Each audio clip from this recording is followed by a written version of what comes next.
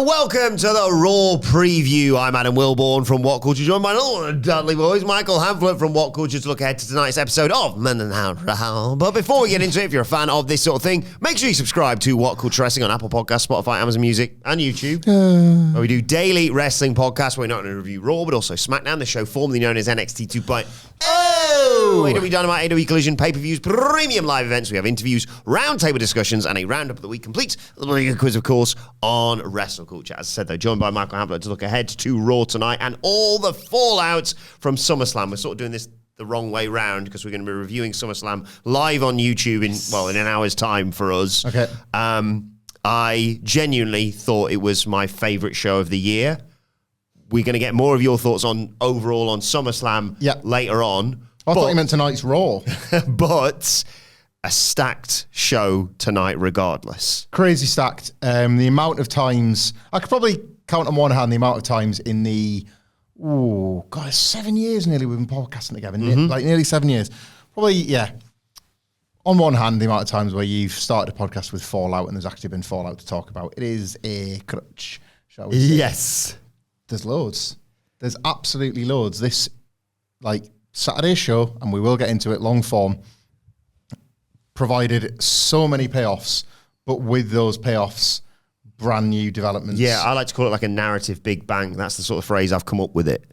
Like that. Can you explain that in a bit more detail, please? No. Thanks to Sitch for that one.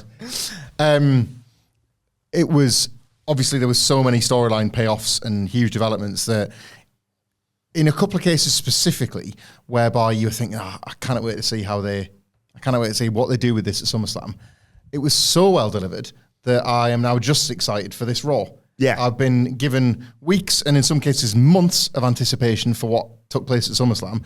And now I was just given another 48 hours to get hyped for this. And it feels so cool that there's things we get to speculate on here or certain developments following Saturday that immediately need to be addressed. There is such a sense of immediacy around this Raw, around this. Well, I need to know what that person is going to say or do right now. And that they have us in the palm of their hands in that way is pretty expert. So we've got the in-ring debut of the Wyatt Six. We've got a new champ. We've got several new champions. The betrayals. But I feel like the only place to start is, of course, the Punker. We're going to hear from him and Drew. And one would assume Seth's going to be involved in all this. How do you see this one playing out going forward? Probably absolutely massive and doing a huge quarter hour. I don't know. Quelle surprise.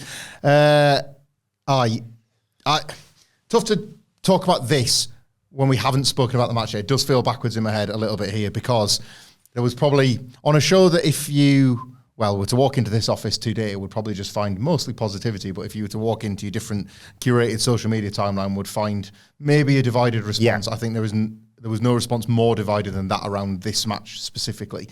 And particularly I would say on how modern WWE it was. Yes. In how they used the sort of more dramatic elements of the story and Seth Rollins as the referee and stuff that people didn't, I say people, I loved it, but people were looking for maybe more hatred here, and what they got was something more sort of SmackDown-esque in the way it was. It's not cinematic. getting 5 stars from Dave, this, by any stretch of the imagination, is it? No, but it should get 5 stars from Empire because it was pure cinema.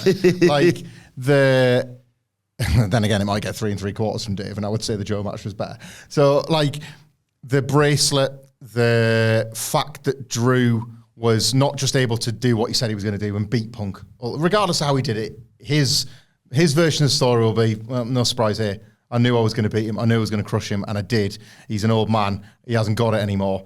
But the fact that he did it through Punk falling into the trap that Drew was falling into time and time again, not least at WrestleMania, but the getting obsessed with CM Punk was consistently the undoing of Drew McIntyre over the last 7 months. And then when push came to shove, Punk fell into the trap. Anaconda Vice locked in, spied the bracelet. I love that. Yeah. Well, so did 50,000 people. But I'm feeling my stubbornness build now. I think we're going to be very much on the same page in about an hour. No, spying the bracelet, not just in the Anaconda Vice, but the spying it yet again when he had the go to sleep set up. Oh my God. It's not just a bracelet, obviously. It's now to Punk representative of everything that Drew McIntyre has done to him, effectively. And one assumes that the blood feud continues. I am leaning towards a 3-way for Hell in a Cell. Oh, okay. But I thought the Punk Seth stuff was so friggin' electrifying. If they want to use this to lift Drew out of the story and start focusing, basically putting all your eggs in the Punk Seth basket and just having Drew saying, I got my pound of flesh. Like, it's been a long old journey and I haven't loved it, but my eyes were always on a singular prize, and it was the World Heavyweight title. You, Phil, were just a diversion that I didn't want to have to take. You kind of dragged me off on that dirt road, but I'm taking myself away from it now. Like, the one goal for me is the world title, and you two, I guess, like, you got your own mess to clean up.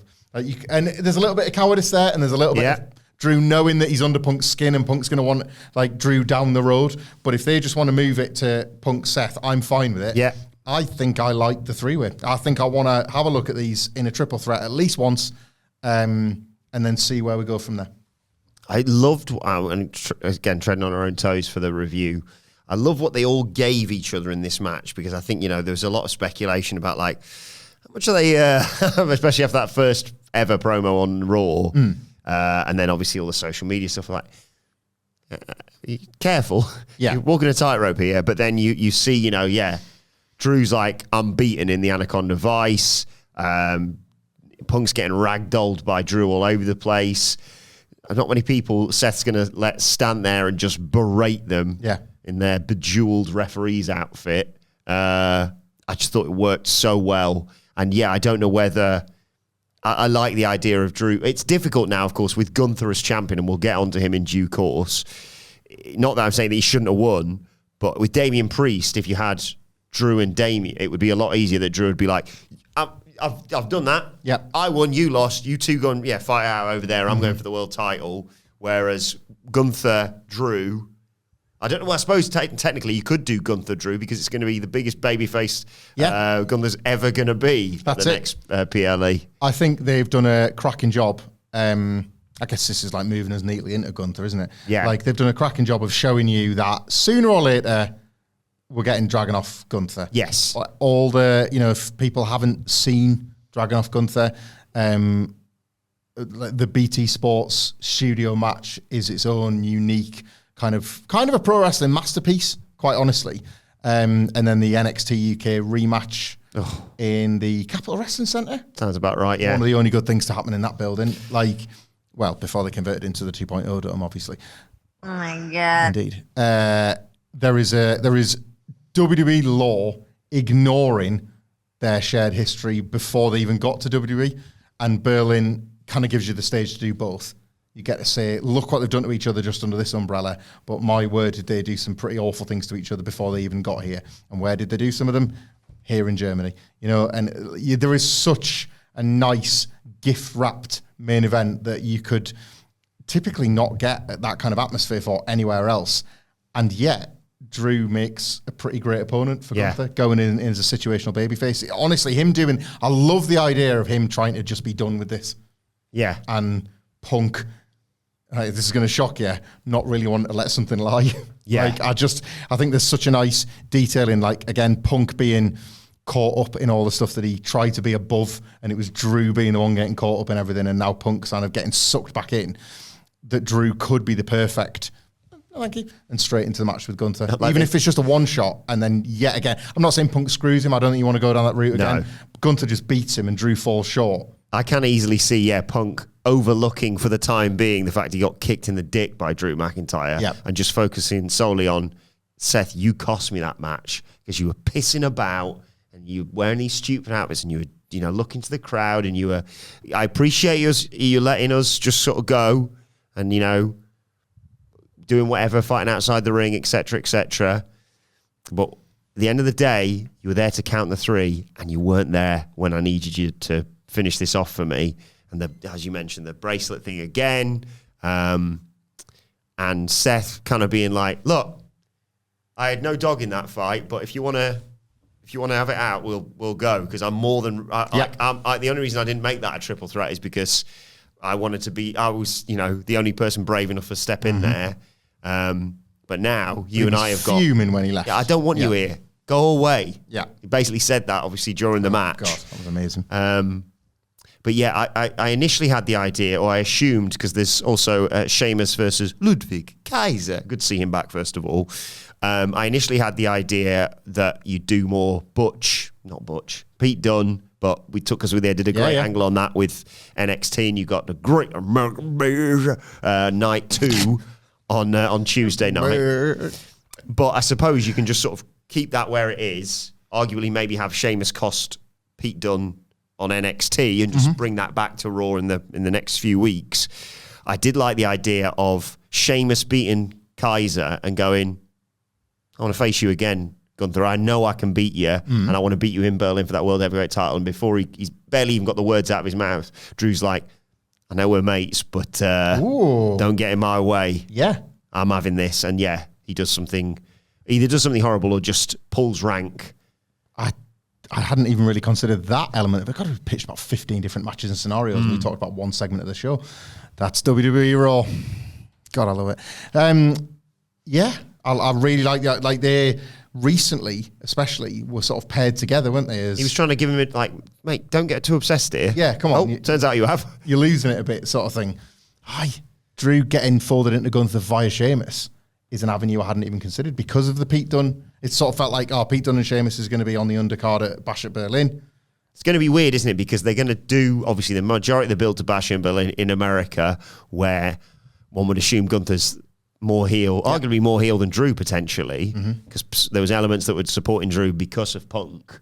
And I know he cut corners to win that match, kicking him in the dick. But then by the time we get to Germany, it's going to be Bizarro World, because Gunther's going to be the biggest babyface on that show, arguably bigger than Cody. I've, at Clash at the Castle in 2022 and 2024, I've tried to win it at my home, but I'm going to win it at yours. Yeah, exactly. I love it. WB won yet again. I would say that we could fist bump each other, but we'd be just taking credit for their great ideas. Don't do that. Before we get to the Wyatt Six, we have another new champion on Monday Night Raw, and his name is Braun Breaker. What next for him? Do you rematch Sammy, or do you just have him kill some other people? I don't know. Who right now? Nice shot, by the way. Have you seen the footage of Scott and Rick watching him win? Yeah. Lovely, that. It's weird, isn't it? Because he's still like, oh, there they are, the Breaker brothers. You know, like they've gone all the way to just saying, oh, yes, it's a Steiner. But now we're stuck with Breaker. And it's a pretty cool name. I quite like Braun Breaker. I've gotten used to it. It's his name now, in my head. It's the Dolph Ziggler principle, isn't it? It's like you think, oh, I'll never get used to that. And then suddenly it just becomes the most normal thing in the world. Oh, hello, Triple. Nice to meet you. Just everything sticks in the end. I don't know. Sami Zayn once upon a time obviously would have been a perfect opponent if he wasn't him he was beating, you know? Yeah. Who could... Maybe he doesn't work. Berlin. Yeah, it's like the B-Show model that Triple H has adopted that I love, and I think SummerSlam is evidence of just how well it works, is that you don't necessarily need to have every title on the line, and then the big shows come around and you have most or all of them, and there's huge consequences and huge stakes, and that's how you get such a satisfying feeling show like SummerSlam, where you've got all these like big title matches and big title changes. But what you do have to do with Braun, even if he's not working Berlin, is just, I would have him win a straight up singles match on this Raw. I would have him maybe even put the Intercontinental title on the line and get his first defense under his belt. I would have everything they've done with Braun Breaker that we've seen in the past, 3 months, but now as champion. A guy that he can beat. So he comes out with the belt around his waist, looking awesome. He does his Braun Breaker match. He wins, and you have Michael Cole or whoever question aloud, well, the belt looks like it's staying put with Braun for a long time because this is a new era. This is a new sort of, we thought like Sami Zayn had saved the title from Gunther's tyranny. It looks like there's a whole different kind of dominance, and it's Braun Breaker. Just something fairly simple. So we mentioned the in-ring debut of the Wyatt Six taking on Chad Gable and the Creed brothers. You couldn't really ask for a better team to work against in terms of making... we loved the unmasking and stuff last week. We particularly love Eric Rowan, of course. Really bad idea from Chad Gable to call these guys out.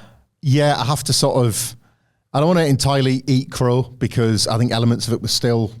I think ultimately the coming together of Chad Gable and the Creeds and the turn on the old Alpha Academy, all that sort of stuff. I think it was compromised in order to get to where we are now. And I suppose tonight will be a big one for if the ends justify the means, because there is an expectation on this match.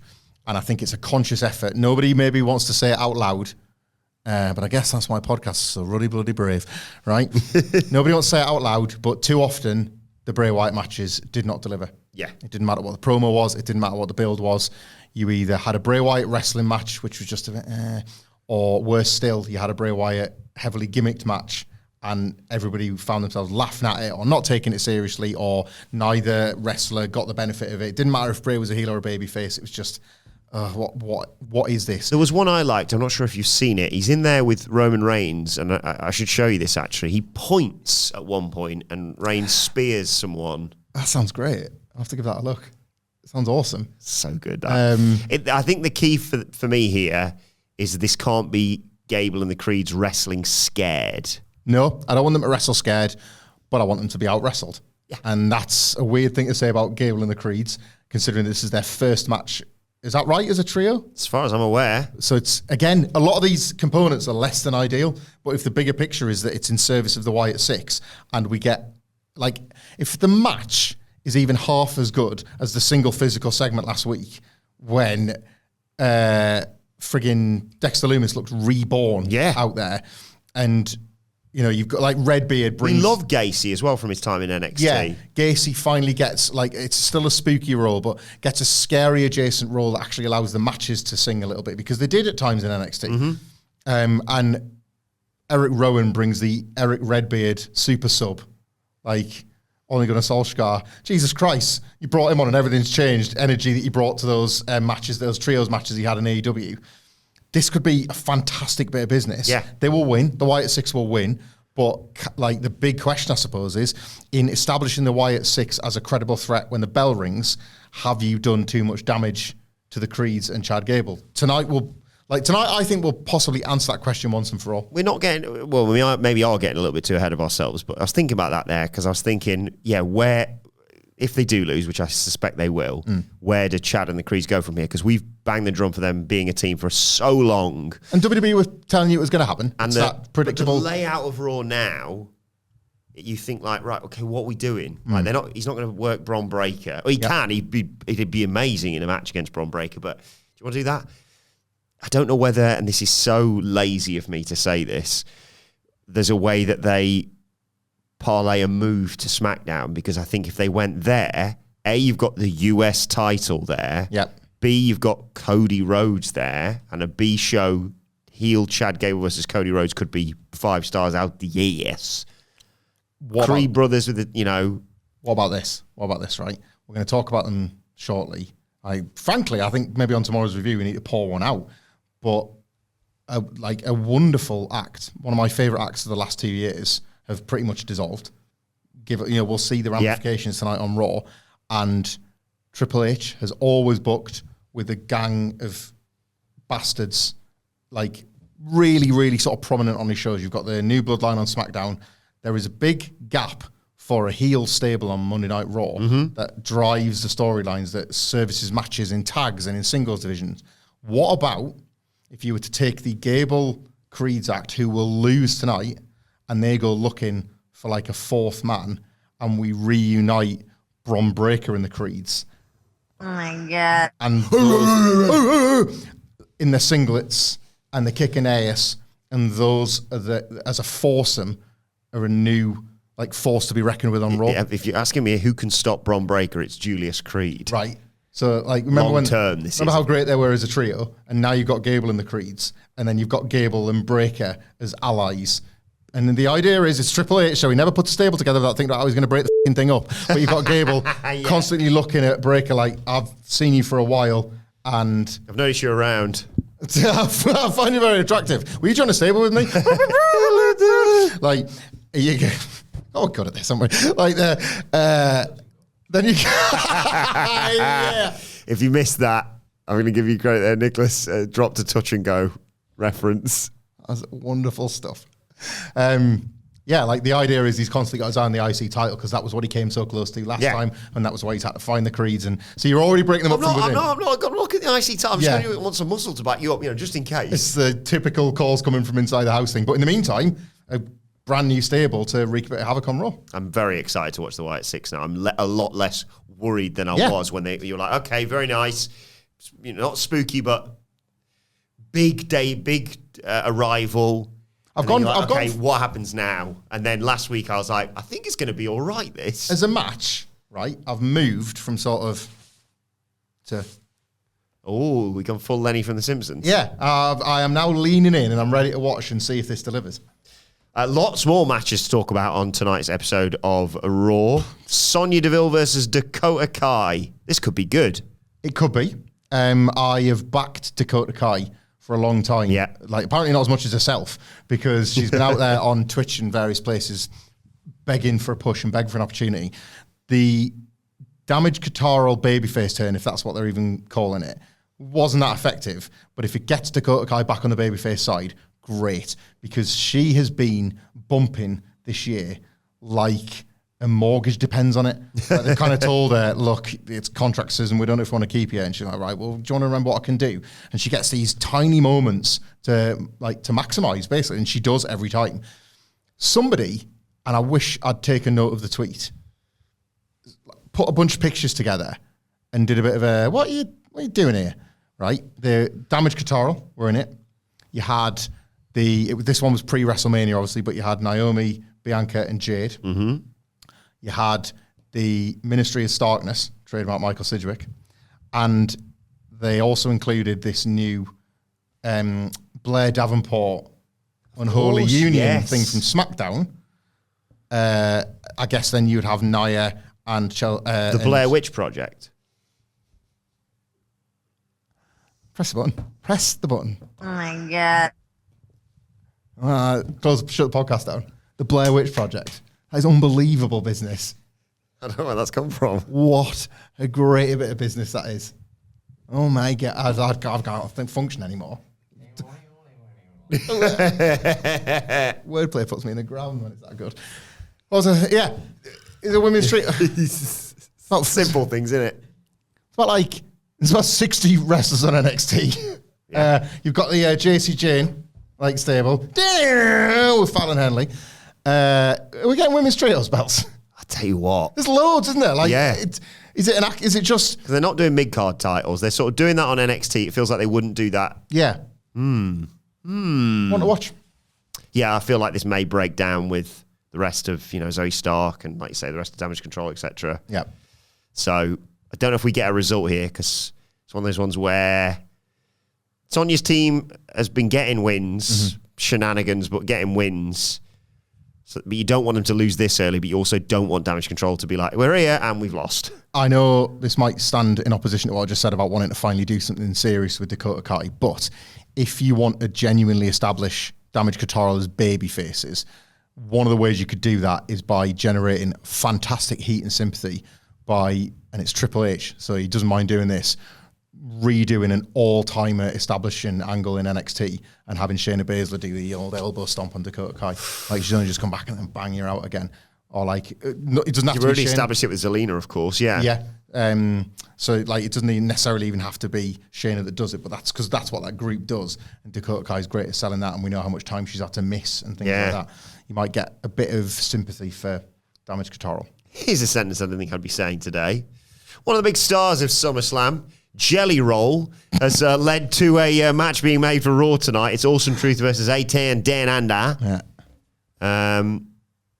Feels like I was going to say, it feels like the days are numbered for A-Town Down Under. And then I loved the way they just were the perfect foil for the hosts, or the host and his mate of SummerSlam. I don't get a lot of pleasure in seeing it. Austin Theory took a hell of a bump, didn't he, off that choke slam. Oh my God. Jelly Roll. Just in case I forget it, because I feel like I'm going to run through the matches later and I'll forget to mention even where it happened. Jelly Roll just stood there with a chair. Tell me when, boys. Got it. And I was like, okay, you've done your thing. Out you go. Nope. Huge choke slam. X template, like Jelly Roll greater than symbol Kane. It's an unbelievable choke slam.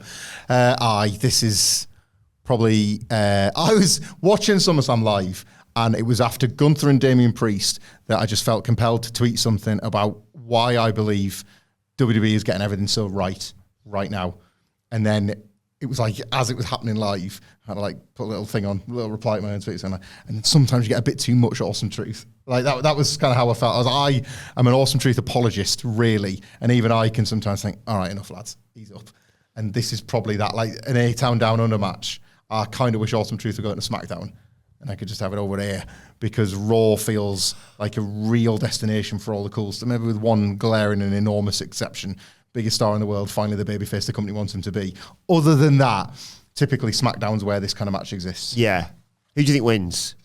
Awesome Truth as we continue the long, protracted end of A-Town Down Under. Okay.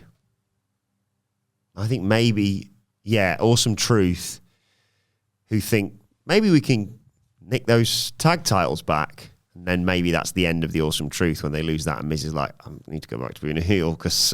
Well, I don't even know if you want to do like an awful split between them. They're never going to be tag champions again. I don't think so. It's really hard to buy what else you do with them. But A-Town Down Under have become Teflon to losses as well. Yeah. They just come out and go, your sports team's crap or whatever. Like you can already see Waller letting Theory take all the Cena offense for the finish as well. Kind of. So that's what they're doing with them. Waller's just letting him constantly take all the punishment. So it's an Austin Theory babyface turn. Ugh. But it's happening. Hey, everything else seems to have worked. Yeah, I guess. New Day versus AOP. Another one of our favourites, Karrion Kross. I could do with this wrapping up. Yeah. I want to Xavier Woods joins the AOP. Just get it done. Just get the obvious finish done. It doesn't look like we're getting the dream of all of us of Big E being this third man for the New Day and getting the 3-on-3. And look, fine. Every time I mention Big E, I feel like I've got to say, I don't care what he does as long as he's happy living his life. Yes. However, with that in mind, probably just put AOP over here and actually let this one end with Karrion Kross having something to say that actually means something. Like the amount of times he's tried to like spin all these foo-heads that he's had into making his character better, and then you go and it's like, yeah, but you lost that one too. You went to DQ in that one. Imagine them actually just having a win to talk about. Yeah. Imagine him just I think his promos have genuinely improved, not just because we've made a bit out of him. I think he's getting somewhere, but you got to just let them win a program at some point. Yeah. And I think like Paul Ellering can only devilishly laugh and hold his mega glove with such glee for so many defeats. Otherwise, what are we doing here? Like, and it is AOP. Like, it's not like, they've looked out there. I know it's New Day, record-breaking tag champs and what have you, but... Gotta feel old saying, a super collider used to mean something in this business. But it did. Who gets pinned in the New Day? Is it the lowest of lows for Xavier Woods or another pin on Kofi where Xavier's like, wait a second. Let's see some, let's be like the New Day. Power of positivity, right? Xavier Woods gets pinned. That's not positive. That's terrible for him. But that means that at this point now, Mega Glove can go on and actually try and have another program. Karrion Kross might get somewhere. But it's Kofi Kingston that uses his power of positivity to sort of help Xavier Woods from his rock bottom, and the two of them go off in a different direction and try and lift themselves up again. Xavier won I know he won the King of the Ring because he got the, I'm not sure if I've mentioned this, a really good theme off the back of it. He's never won a singles title, has he? Oh, good question. I don't think so. Ring Gear of the Year 2020. He won a Slammy Award for that. That's a real title if you ask me. No, aside from King of the Ring, it's all tag title runs. That'd be nice. You think Xavier Woods, Braun Breaker. Doesn't necessarily have to beat him, but... Doesn't beat him, but realises that there's a different way to do this old game, this old biz we call pro wrestling, and thinks, Braun Breaker was pretty fast. I'm going to enter speed. And that's the first title that he wins. The speed title. And it's basically got about the same value as that up, down, down belt he had made. So. Of course, AOP, Final Testament, a little bit creepy, some might say. And that leads me, before we get to the big final point of the Raw preview, to, of course, 1 second, almost pressed Mercedes Monet's theme there. The Raw Riddle. Raw Riddle gives me the crease. Michael Hamflett. Yeah. What can you catch but not throw? Oh, yeah, I got it. That tax your noggin for the next 24 hours and reveal the answer on the Raw review tomorrow. Do you know, I was making my notes for this show, right? Making my notes for this show. And I thought, I feel like I've written this final bullet point quite a few times. So I thought, I'll search on my email the last time I wrote the end of the Judgment Day. Oh. Do you know when it was? Was it? Hang on.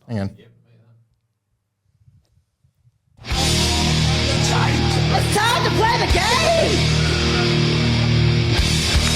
Time to play the game! Ha ha ha ha! When did I last write the bullet point? The end of the Judgment Day. Was it on the Raw after SummerSlam 2023? Oh yeah! We didn't rehearse that, by the way. That was when Damian Priest sort of frustratedly slid the briefcase in and distracted the referee thinking he was helping, and then Seth stomped Finn Balor's head on, wasn't it? A year. And there's JD McDonough in and around that as well. It's like, no, we'll reset, we'll keep it going. I felt something for this, like the proper. What was great about this, because of what happened in the opener and the big Dominic Mysterio thing, just how Triple H books, you didn't think you'd get both, did you? No, exactly. So I thought, here comes Finn Balor, Gunther's going to win, but it's going to be accidental, or it's going to be, and I cannot wait to review this match and finish in full at SummerSlam. I feel like this has been one extended plug for a podcast that people might have already seen or listened to, so I'm really sorry for that. I'm gutted. I genuinely am sad that the stable are done, but thrilled at how it played out. And I'm really glad that Priest has a match to really hang his hat on for that World Heavyweight Championship run. A couple. Yeah, but that one in particular. Yeah. And the way they did it, it didn't seem like, why are you doing that? You've got the title on the line. Come here, you prick. That's one of my favourite moments of the year. But yeah, there's so much. What I'm most looking forward to, JD McDonough is going to be involved in this as well. Carlito just being in the clubhouse completely unaware. All right, guys, what's up? You got the PS5 fixed, or? What's up? Bang on. As I saw somebody use the Fresh Prince of Bel-Air. Carlito in the Judgment Day clubhouse. There's everybody. Yeah. Where do you want to start with this? You got Priest and Balor, and then Liv, and of course, Dom and Rhea. Rhea, I've seen a new angle of her sitting in the ring, looking a mixture of disconsolate, furious, and just saying, "You are effed. You are so effed now." I think. Live sex celebration? No, thank you. Okay. No, thank you. I think I want a civil war. Oh my God. So I want Rhea and Damien, who we kind of know to be... Oh, God, I know what you're about to say, and I love it. On the same page, right? Against, basically, we're our wankers, us stable of... Which side would JD McDonough pick in that? Oh my God.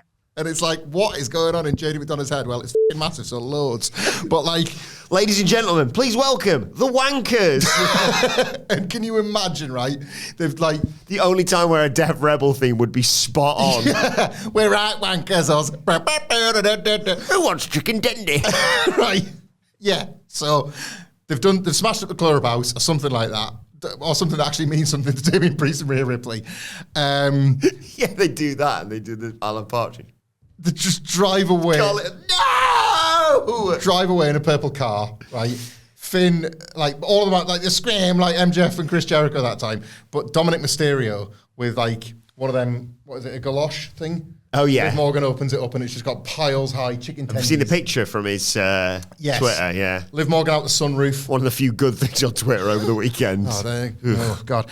There wasn't much that was for you until I saw that picture. No, Liv Morgan holding the belt out through the sunroof, and then Finn Balor and Dominic Mysterio, him doing that. Dominic Mysterio with the tendies either side of the back car window while it speeds away out the car park. For some reason, I'm picturing a three-wheeler.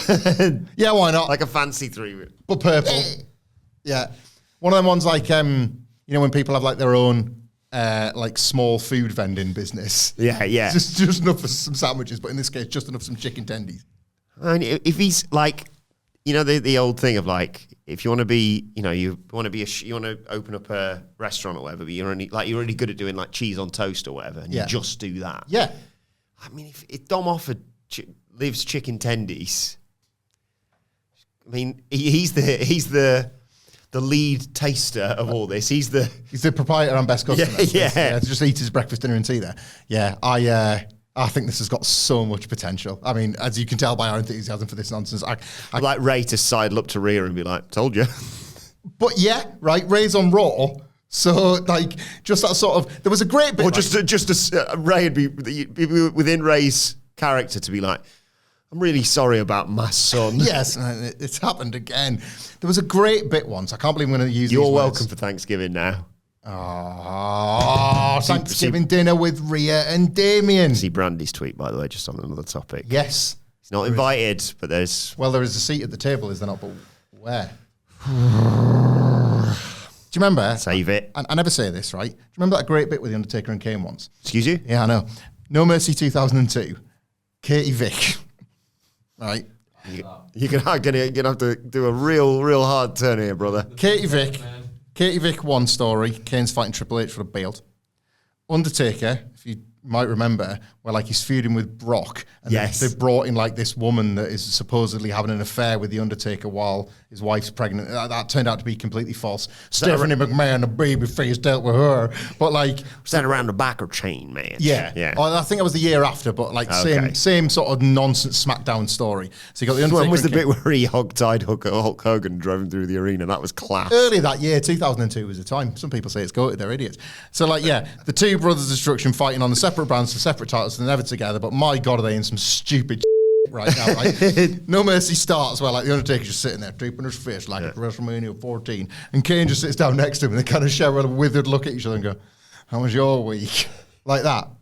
I think Rey Mysterio having that kind of thing with Damian Priest could be quite the moment, or like with Rhea Ripley even more so, like just got you then, did he? Like they're all of a sudden now they've got shared universe storytelling around how much they all hate his son. Ooh. Do we get Rhea versus Dominic at the end of all this? I know WWE doesn't like to do this, but one of the reasons is because for years they've been like very, very careful about sponsors and advertisers and things like that. People getting very excited about Netflix being like WWE but rude. Yeah. Is this an extension of I think that at the bare minimum you get a mixed tag, Rhea and Priest versus Liv and Dom. Yeah. And Dom's giving it the big un to Postman Pierce about like, so just to clarify, when Rhea tags in, I obviously have to tag out. And then he starts sort of pushing his luck a little bit. And the Postman Pierce says to the ref, you know, you don't have to force Dom to tag out. I don't want, Damian Priest laying hands on Liv Morgan and all that, but... Don't mind that. And he's like, can I, ref, right, that's the tag, isn't it? And ref's like, no. What about a play on the thing we've seen for 2 years? Carlito's the ref and he's too busy. Tag? He's the only person playing special referee on a game to not turn on somebody because he's just actually enjoying the game so much. You're not going to do it though, are you, this time? Definitely not. You're definitely not going to do it. Why have you picked Shawn Michaels? No reason. Be the Rock. Why? No reason. 1, 2, oh, you've done it again, haven't you? It's like, you ever do that on GoldenEye? Come down here. Yeah. Come down here. You're not left explosive charge. Come down here, left explosive charge. Come down here, Oddjob. Come here. Boom! Got you again. I want to go home. Bring me mum. I want to get picked up. It's that one gun that would fire through doors. Like, come down here quick, and then as soon as it was like, pop, like that, oh no, it happened again. Don't pick Oddjob. You can't. No.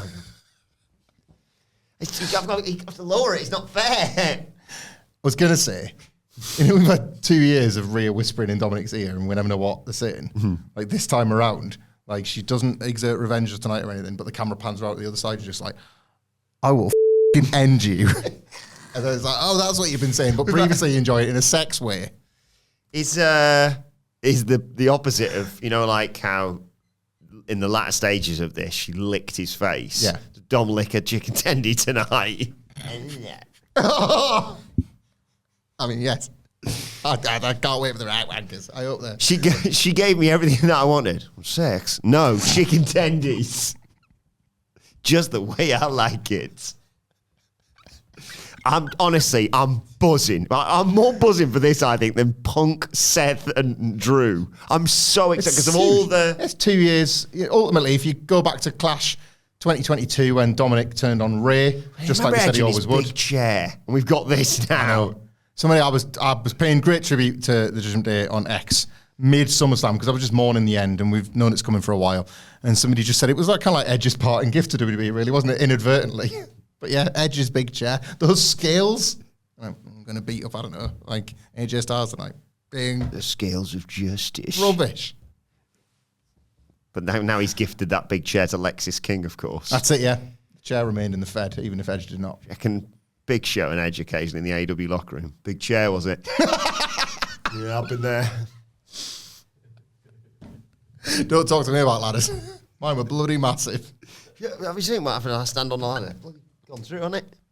They never did a big table, did they? The big table would have been class, wouldn't it? Double-sized table. Then he comes back. Give us a piece. Hey, a piece before. On a big table. Just a massive table and it's full of attendees. And Dominic goes, it's too little. He doesn't go through it. It's so massive. Oh, what if he had some sort of celebration and it's just chicken ten, like a giant plate of chicken tendies? Liv, I've got you something you're really looking forward to tonight. We'll end this where we started it, right? Where you Liv, I want to do a segment that was a massive draw on Raw before. That's right. It's a live chicken segment. Just pulls back the duvet. It's just a bed full of chicken tendies. Let's get going. Let's eat. All right? I'm like all wrestlers. I'm starving. The Family Guy thing, son, when you get older, you'll know that going to bed isn't always a bad thing. It's eating chicken tendies in bed. But it's the end of a really, really great stable that had an iffy start tonight. One of, I think, and not just because of how it made yet another excuse for us to put swearing into a bit, just one of my all-time favourite stables. I have loved the Judgment Day, and I feel like tonight I will lose them. Do you know, like the bit where there's all people like when they had the 24/7 thing and they're all trying to fight to get down to the ring first? Is that going to be Seth, Punk, Rhea, Priest? I'm going out to call the promo first. Out the way. That'd be brilliant. Yeah, just a full-on Triple H be like, well, I put the greatest show of all time. You think you've got problems? Buzzing for wait. tonight. Let us know your thoughts ahead of Raw in the comment section below or on X at WhatCulture WWE. Watch, they can follow both of us. You can follow Michael Hamflett at Michael Hamflett. Follow me at Adam Wilbourn. Follow our brilliant producer at It's Adam Nicholas. Follow us all at WhatCulture WWE. As I said, make sure you subscribe to WhatCulture Wrestling wherever you get your podcasts from for daily wrestling podcasts. The SummerSlam review coming your way later on today and the Collision review available right now. But for now, it's been the Raw preview. Join us for the review tomorrow. My thanks to Michael Hamflett. Thank you for joining us, and we will see you soon.